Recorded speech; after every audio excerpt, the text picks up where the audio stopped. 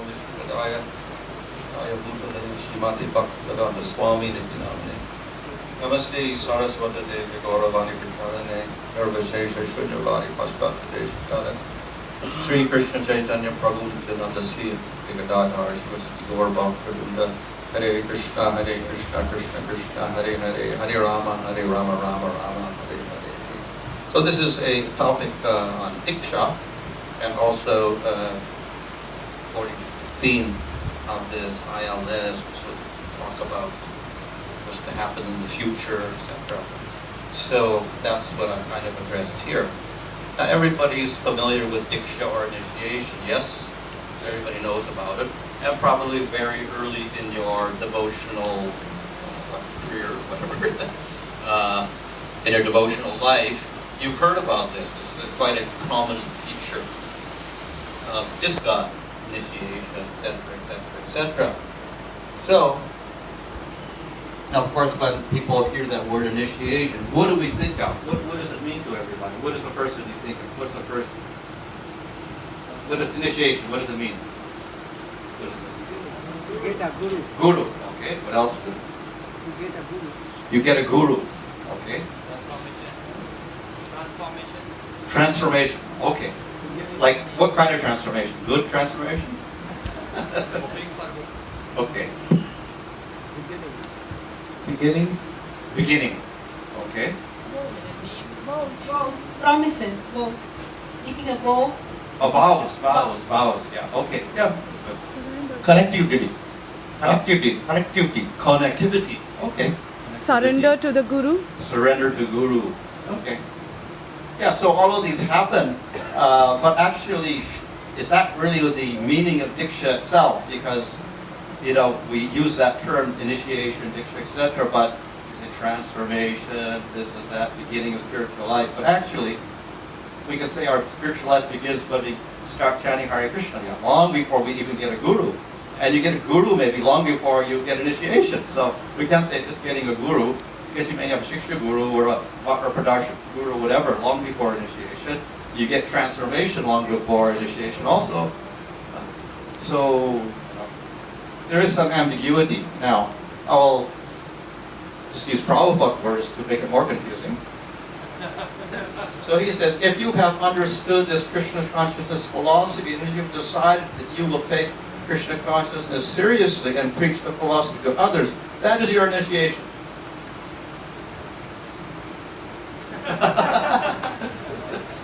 My touch is simply a formality. So if you just take Krishna consciousness seriously, that is initiation. And everything else is a formality. So something internal. So anyway, from 1922 to 33, practically I was not initiated, but I got the impression of preaching Chaitanya Mahaprabhu's cult. And that was the initiation by my Guru Maharaj. Then officially, I was initiated in 1933. So we have the official initiation where you get a name or whatever, and later on beads and vow, etc. But actually, he was initiated long before that, because he accepted the mission of a spiritual master and preaching Lord Chaitanya's mission. I was initiated. So again, it's an internal type of definition. And then he says this, so you take the Bhakti Lata Bija from the spiritual master, the seed of the creeper of devotion. In other words, you become inspired to start the process of bhakti. And that's called initiation. And develop it by pouring water, hearing and chanting, then it will grow. So, do we have to take initiation to start the process of watering? No. So again, the Bhakti Lata Bij will happen long before what we call initiation. The chanting of Hare Krishna is our main business. That is real initiation. So when you start chanting Hare Krishna? Long before you take initiation. And as you are following my instruction in the matter, the initiator is already there. Now, the next initiation will be performed as ceremony officially. Of course, that ceremony has value because the name, holy name, will be delivered to the student from the disciplic succession. It has got value. So we have some ceremony where you get the holy name So that's the official thing. But actually, in order to get this initiation, what do you have to do? You have to chant 16 rounds already. So you've already been initiated by chanting Hare Krishna in one sense. So chanting Hare Krishna is your initiation. Okay, then we get what we call first initiation. Why do you believe in rumors that first initiation is not so important as second? I have already said it is equally important, but you say rumor. Actually, first initiation is more important. You can go without second initiation. If the first initiation is executed very thoroughly, that is sufficient. First initiation stands strong. That's what they're saying. First initiation is the most important thing. But then we have another letter. Regarding your question, second initiation is real initiation. First initiation is preliminary, just to make them prepared. Just like primary and secondary education. There's a second initiation is real initiation. So we get internal acceptance of Guru, chanting Hare Krishna, we get the Bhakti Lata Bija, we get first initiation, we get second initiation. So, what is initiation? Right? Well, this is a big question. Well, normally we don't ask that. We just go carry on what we've been doing previously, what someone else previously did. But these are some questions that we may ask. So, maybe to clarify, we can go to the scriptures to understand what is Diksha. And maybe this will also explain Prabhupada's words as well. Give us an explanation why it looks like it's contradictory. Okay? So the famous definition, scriptural definition of Diksha is given in these verses, I think from the Padma Purana. Prabhupada quotes the first verse in the Nectar of Instruction. And it's both verses are quoted by Jiva Goswami and Bhakti Sanarbha when he talks about Diksha. Divya Gyanam, Yatodadhyat, Kurya Papasya, Sanshayam, Tasmat Diksheti Samprokta Deshikaista Kovidai. So that is the first verse, and then the second one also expands upon that.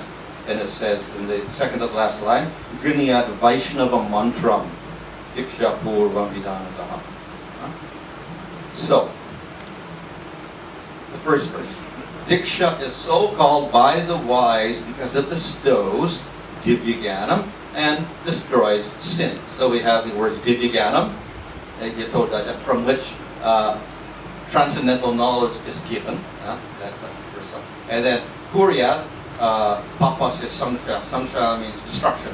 Papasya means of sin. So destruction of sin occurs, and you get transcendental knowledge. That is Diksha. Diksha. So actually, it's describing one aspect of Diksha, but it doesn't mean this is the only, Diksha was the only process that gives you transcendental knowledge and destruction of sin. It doesn't mean that, because I'll show later it's a contradiction. So why does he say that? Because Divyaganam stands for Pya, and Papasya Sanshaya stands for Ksha. So Diksha made up two syllables, so that represents getting transcendental knowledge and destruction of sin. So he's taken that word Diksha and said, okay, this is what it means. Therefore, then the second verse is, therefore, one should offer respects to Guru, offer him everything, and accept the Vaishnava mantra according to the rules of taking Diksha. So, here we have a little bit of a qualification for what the Diksha means. And the important element here is taking the mantra, accepting the mantra, which was here. Griniyat Vaishnava mantra. So this is the defining factor of Diksha. Through Diksha, through the mantra, you get spiritual knowledge, Divyaganam, and destruction of sin. So through the mantra. And that's made clear in Jiva Goswami's commentary. Divyaganam is knowledge of the form of the Lord and knowledge of a particular relationship with the Lord in that sacred mantra. So this sacred mantra is not Hare Krishna mantra. It is the mantras you get at what we call second initiation. That is the Gaur mantra, it's the Krishna mantra, it's the Guru mantra. Those are your Vaishnava mantras. We have another mantra, the Gayatri mantra of Vedic mantra, that's separate.